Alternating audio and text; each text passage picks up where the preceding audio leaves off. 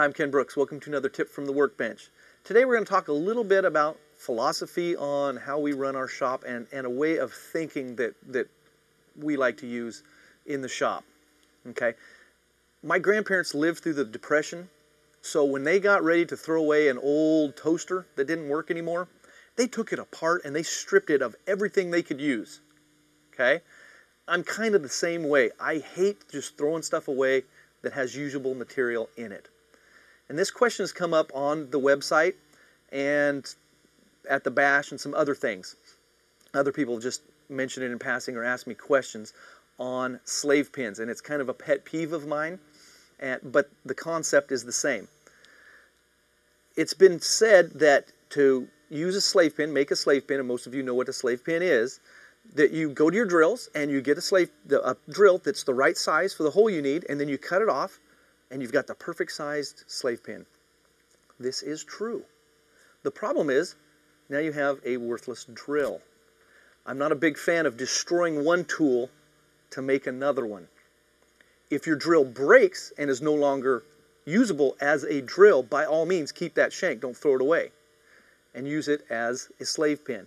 But we make our own slave pins. Buy a set of stock of Brownell spring stock, straight wire spring stock, 2 or 3 of the different sizes that Brownell sells, and that's going to cover 90% of the slave pins you've got to make.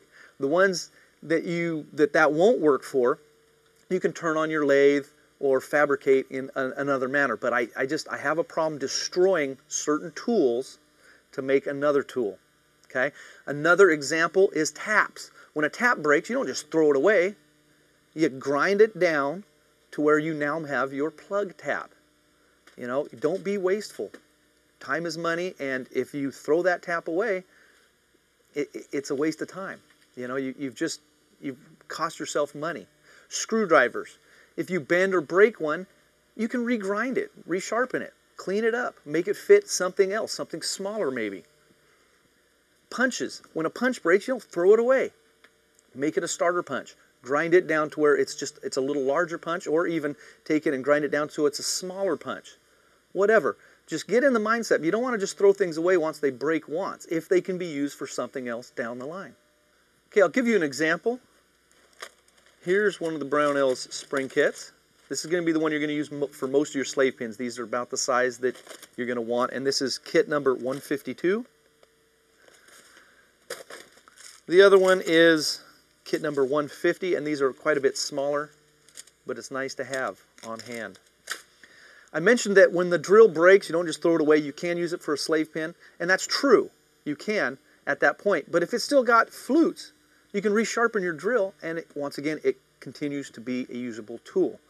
When it's no longer usable as a drill is when you would make that into a slave pin. So keep a bin with, near your drill press or whatever, where you throw in the broken ones when they get unusable. So get in the mindset. Again, do whatever you want. It's your shop.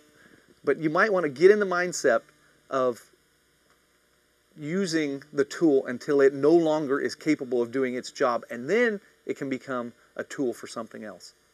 I'm Ken Brooks, and I'll catch you next time.